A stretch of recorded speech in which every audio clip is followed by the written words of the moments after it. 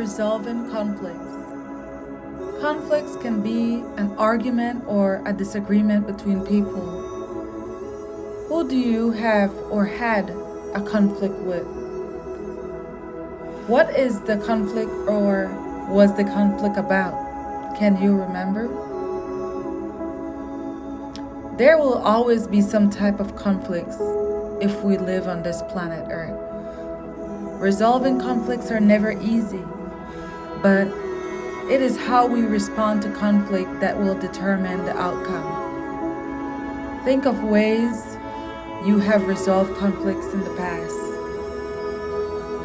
Think about how you resolve conflict in your home, at school, at work, or even in the community you live.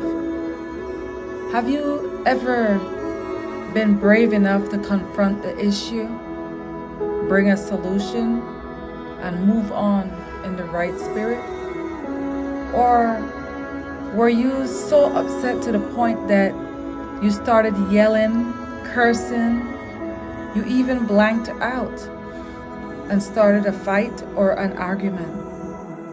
When I was a young girl, I hated when I got blamed by a sibling for something I did not do. But most of all, I hated that I could not defend myself. In the household I grew up in, defending yourself or voicing your opinions can be taken as being disrespectful towards your parents or elders. The way I resolved conflicts in the past and for a long time was just not saying anything or walking away. This did not feel good at all. I found myself shutting down and being so upset to the point where I could not think of what to say even if I wanted to. Although it seemed that the conflict was resolved because no one would mention the problem anymore. Does that mean that it disappeared? No. It did not mean that that conflict was resolved within me. As an adult, it was difficult for me to express myself to others when I was disapproved or disagree about something or wanted to voice my opinion. Many times, the way we approach situations comes from our culture, belief growing up, and the environment that we grew up in. These can shape the way we behave. I learned later in life that if you do not voice your opinion, situations can lead to families holding grudges with each other, relationships can be damaged, ending friendships, and even getting fired from a job because of not knowing how to approach conflicts. I am incredibly grateful that someone took the time and appreciate how to be patient with me and taught me that I do not have to be rude, aggressive to get my point across. I want to let you know today that you do not have to always agree with someone or others on everything, but be able to think about how you will respond without making the decision worse.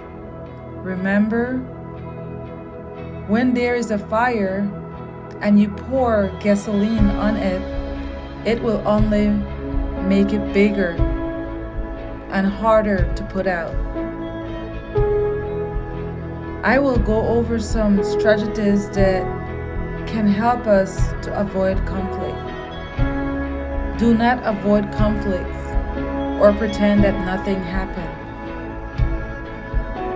Talk when you're calm and set a time or a place where the environment is different and it's not going to make it worse. Each person needs to listen and wait for the other person to stop talking before voicing their opinions. Know that everyone's opinion are never the same and respect their opinions. Find something that both of you can agree on. This can also help. Learn the likes and dislikes about each other so that it will not repeat itself. And be able to learn from each other, forgive each other, and grow together. My challenge to you is be more aware how to approach conflicts. Be calm, choose your words wisely, take control of your emotions and your behaviors. Most of all, respect everyone, no matter the race, gender, their culture, religion, their beliefs, the color or complexion of their skin, and opinions. Differences is what makes the world an exciting place to be. So I encourage you today to embrace it.